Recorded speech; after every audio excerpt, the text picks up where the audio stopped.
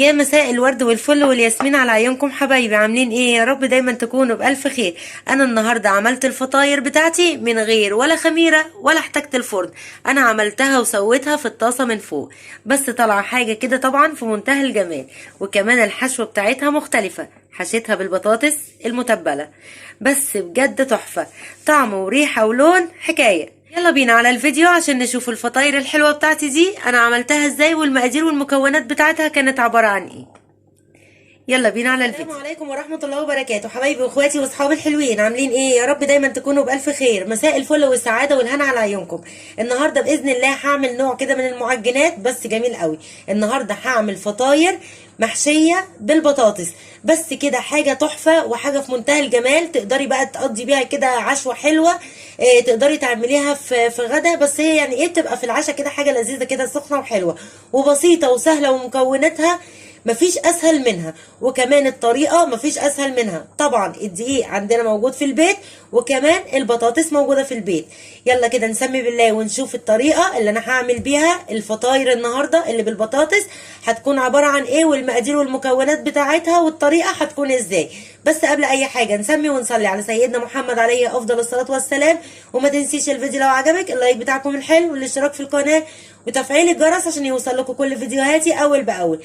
يلا نسمي الله ونشوف المقادير والمكونات اللي معايا اللي هحتاجها للعجينه بتاعه الفطاير النهارده بتاعتي.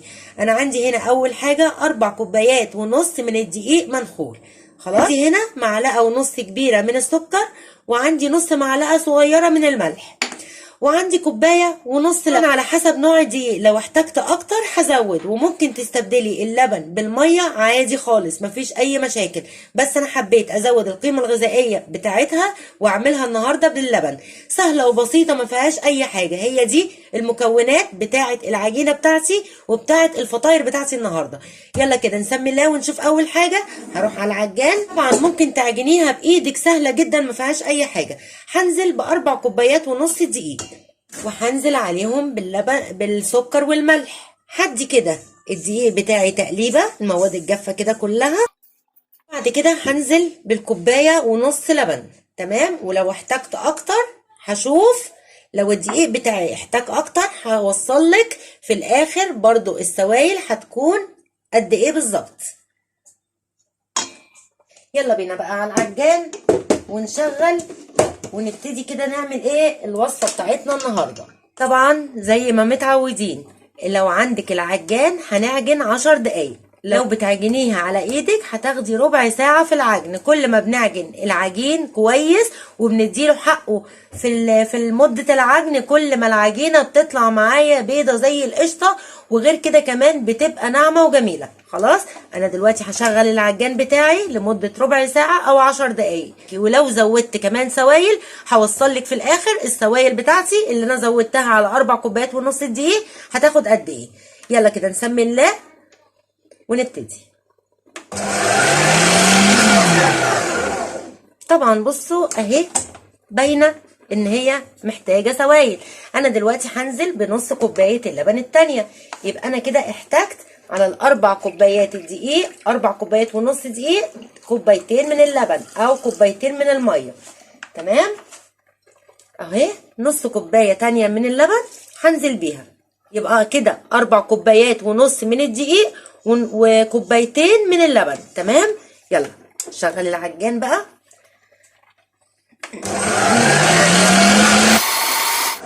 بس كده انا كده ايه تمام العجينه معايا. يلا بقى كده نشوف نطلعها ونشوفها. هي هتلاقيها ملزقه من السخونيه بتاعه العجن. تمام. احنا مش بنحكم على العجينه وهي اول ما بتكون خالصه. يلا تعالوا بقى كده نطلعها على الرخامه اهي. بصوا. يلا نحطها بقى كده ونسيبها ترتاح. هي ما فيهاش خميره، بس برضو لازم اسيب العجينه بتاعتي ترتاح. اهي هحطها كده في بوله فيها زيت من تحت وزيت من فوق الوش بتاعها عشان طبعا ما ينشفش. هسيبها ترتاح كده 10 دقايق عبال ما احضر الحشوه بتاعتي. تمام. اهي اهي. طبعا هغطيها كده في فوطه مطبخ. ويلا بقى نحضر الحشوه بتاعتنا ونشوف الحشوه بتاعتنا. يلا بقى الحشوه بتاعتي، الحشوه بتاعت الفطاير بتاعتي. عندي ايه هنا؟ انا عندي هنا سلقه بطاطستين كبار، تمام، سلقاهم بصوا لغايه كده ما حسيت ان هي البطاطس مهريه معايا خلاص. وعندي هنا التوابل بتاعتي، عندي ملح، عندي فلفل اسمر، عندي معلقه من البابريكا. وطبعا براحتك لو عايزه تزودي توابل اكتر زودي، بس هي دي كده التتبيله الكويسه قوي للوصفه بتاعتي النهارده، تمام. وعندي بقى هنا كده حته جبنه بقى موتزاريلا كده، عشان ايه تبقى الاكله كده متدلعه والفطيره بتاعتي كده متدلعه. بصوا بقى، انا عندي هنا كيس التوابل بتاع البطاطس المتحمره، يعني ده انا على طول بجيبه كيس توابل تتبيله البطاطس، ده بيبقى حلو قوي قوي قوي قوي على البطاطس، بتحسي ان البطاطس بتاكليها عامله زي البطاطس السوري، فبتبقى حلوه قوي. فانا النهارده هستعملها معايا في الوصفه. وعندي معلقتين بس من الزيت، يعني انا هحط كده اهو معلقتين بس، انا مش عايزه البطاطس تبقى زي الشوربه معايا. بصوا اهي معلقتين كده من الزيت بس كده، ولا اكتر ولا اقل من كده. نحط التوابل بتاعتي اهي، هحط كمان نص الكيس ده، هحط كده نصه على البطاطس بتاعتي. وهحط بقى ايه الجبنه الموتزاريلا بقى، عشان ايه تسيح كده مع الجبن مع البطاطس وتبقى كده ايه فطيره متدلعه. ههرس ده كده بقى كله مع بعض. بسم الله. كده البطاطس بتاعتي اهي اتهرست حلوه قوي خلاص اهي، بصوا اهي تمام. تعالوا بقى ايه نعمل العجين، وعلى حسب العجين ما هتاخد معايا، على حسب عدد الفطاير هعمل اقراص البطاطس، تمام. طبعا سبتها كده ايه ارتاحت، بصوا بقى مفيش ولا تلزيقه ولا اي حاجه. طلعها بقى كده هنا، بقى نقطعها بقى على حسب الرغيفه اللي انت عايزاها، او على حسب الفطيره اللي انت عايزاها. لو عايزاها فطيره صغيره اعمليها كده ايه كور على قد مثلا السفنديه. لو عايزه الفطيره بتاعتك تبقى كبيره كده وحلوه اعمليها كبريها شويه حجم البرتقانيه. يلا انا هقسم بقى الفطيره بتاعتي. حاطه فيها اللبن، وممكن تعجنيها بالميه عادي خالص، عجينه عاديه خالص مش محتاجه اي حاجه تانية، ولا زيت ولا سمنه ولا لبن ولا زبادي ولا اي حاجه تانية. انا عملتها بس باللبن، انت ممكن تعجنيها بالميه. يعني بصوا عجينه اقتصاديه ما فيهاش اي حاجه. يلا حبايبي انا كده بصوا العجينه معايا اهي 7 فطاير، تمام، و7 كور من البطاطس، تمام اهي خلاص كده. يلا بقى نبتدي نقول بسم الله. انا عندي هنا طبعا دقيق، هاخد بس ايه رشه كده، تمام. وهمسك بقى الكره الاولانيه اهي، هحاول ان انا افتحها كده بايديا، احط فيها كوره البطاطس، وهقفل بقى طبعا عليها حلو. اهم حاجه بقى خطوه التقفيل اهي، سهله وبسيطه جدا ما فيهاش اي حاجه متعبه. اهم حاجه الخطوه دي بتاعه التقفيل، تقفلي على البطاطس كويس قوي، تمام اهي. بس كده نعمل التانية، نفتح كده العجينه واحط فيها كوره البطاطس واقفل تاني العجينه. شايفين انتم ملاحظين ان العجينه ما بتلزقش معايا؟ مش قلت لكم ما نحكمش على العجينه وهي ايه، وهي لسه طالعه من العجان او بعد ما عجناها على طول، لا لازم ترتاح عشان طبعا بتبقى سخنه من العجن. اهو احط فيها كرة البطاطس واقفل عليها. حبايبي بصوا انا عندي الطاسه هنا بتاعتي اهي اللي انا هسوي فيها الفطاير على النار، سايباها بتسخن. هاخد يلا اول فطيره هلف كده بس ايه اهو، اقربها الفها كده عشان ابتدي باول واحده اخدتها، تمام اهي. يلا رشه دقيق كده من تحت، وابتدي بقى ان انا ايه افردها كده، بس مش عايزاها تبقى رقيقه قوي خلاص اهي. ايه الوش بتاعها عشان تبقى ايه متساويه. عندي بقى الطاسه اهي على النار. هعمل ايه؟ عندي هنا طبعا حبه زيت، لازم ادهن كده الطاسه بتاعتي بالزيت. هروح اخده بقى الفطيره بتاعتي اهي. بص السمك بتاعها كده حلو تمام. وهنزلها في الطاسه. سهله وبسيطه جدا ما فيهاش اي حاجه. طبعا انا موطيه بقى النار عليها اهي. خلاص كده. وهبتدي ان انا اغطي عليها كده بغطا بسيط. خلاص تعالوا نحضر التانية.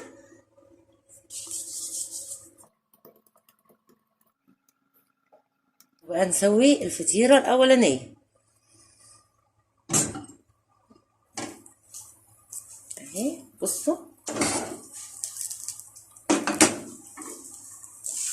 نقلبها على الوش التاني كده.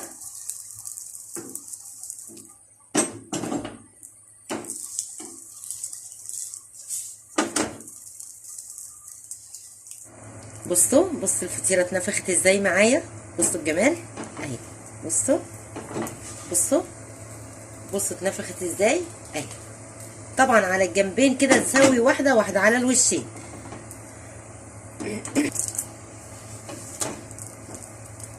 تترفع ازاي معايا شايفين. بصوا بتترفع ازاي اهي. بصوا اهي. بصوا الجمال بتاعها اهي. تمام. طبعا انا مغطيه عليها عشان عايزاها تستوي. عايزه العجينه ذات نفسها تستوي. بصوا الجمال بتاعها. بصوا اهي. يلا بقى نطلع دي اهي. بصوا تمام كده. دي كده ايه استوت. يلا بقى نحط التانية. ادهن الطاسه بتاعتي دهنه من الزيت بتاعتي التانية تمام. وهغطي عليها وطبعا مهديه النار. بصوا جمال الفطيره عامله ازاي. ايه رايكم. بصوا اهي. بصوا حاجه كده في منتهى الجمال وريحتها طالعه في منتهى الجمال. هنقلب الفطيره بتاعتي اهي على الوش التاني.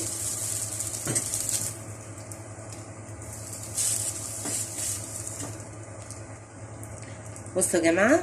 بصوا بتنفخ ازاي. بصوا الفطيره اهي. بصوا بتعلى ازاي. تمام اهي.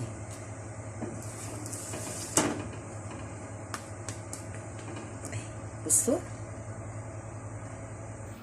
الفطيره الثالثه اهي ننزل بيها. تمام. بصوا الجمال اهو كده بس عشان ايه النور. بصوا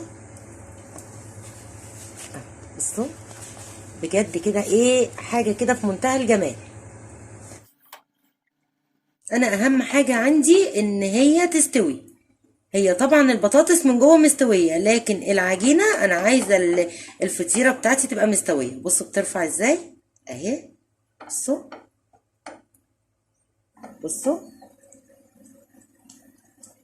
مفتوحه ازاي منفوخه ازاي.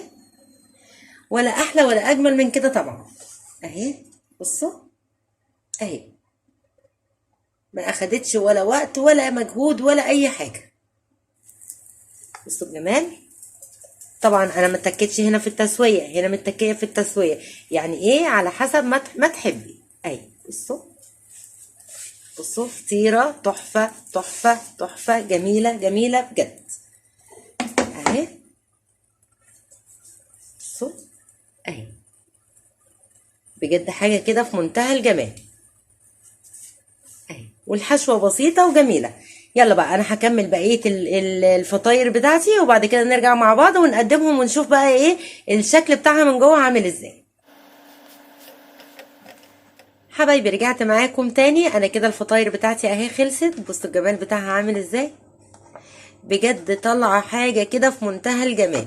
طبعا الكميه اللي انا عملتها 4 كوبايات دقيق عملوا لي 7 فطاير. بجد حاجه كده تحفه اهي.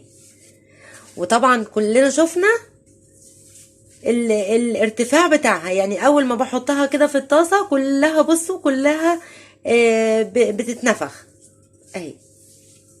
بجد حاجه كده تحفه. يلا تعالوا بقى نشوف ايه الاخبار من جوه عامله ازاي. طبعا هي بردت عبال ما سويت اخر واحد، كان الاولاني خالص برد. بس طبعا لو عايزه تسخنيه لمجرد بس ان انت هتحطيه في الطاسه كده دقيقه دقيقه يتسخن وتطلعيه تاني. بقى ايه، نشوف الاخبار من جوه عامله ازاي. بصوا الجمال، بجد حاجه كده تحفه اهو، من غير ولا خميره ولا اي حاجه. حاجه كده نتعشى بيها، تبقى سخنه كده، تنفع غدا، يعني حاجه سريعه كده. بصوا الجمال بتاعها. وطبعا لو عايزه تتسخن هتتحط في الطاسه كده، تقلبيها على الوش الاولاني والتاني وخلصنا اهي. بصوا الجمال اهي، بصوا بجد تحفه، بجد جميله جدا. بصوا يعني، بصوا الرقتين سايبين من بعض ازاي اهي. بصوا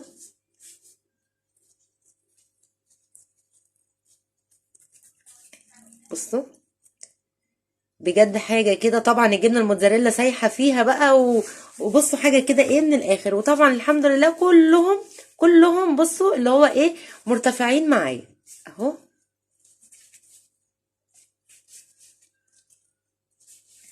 اهو.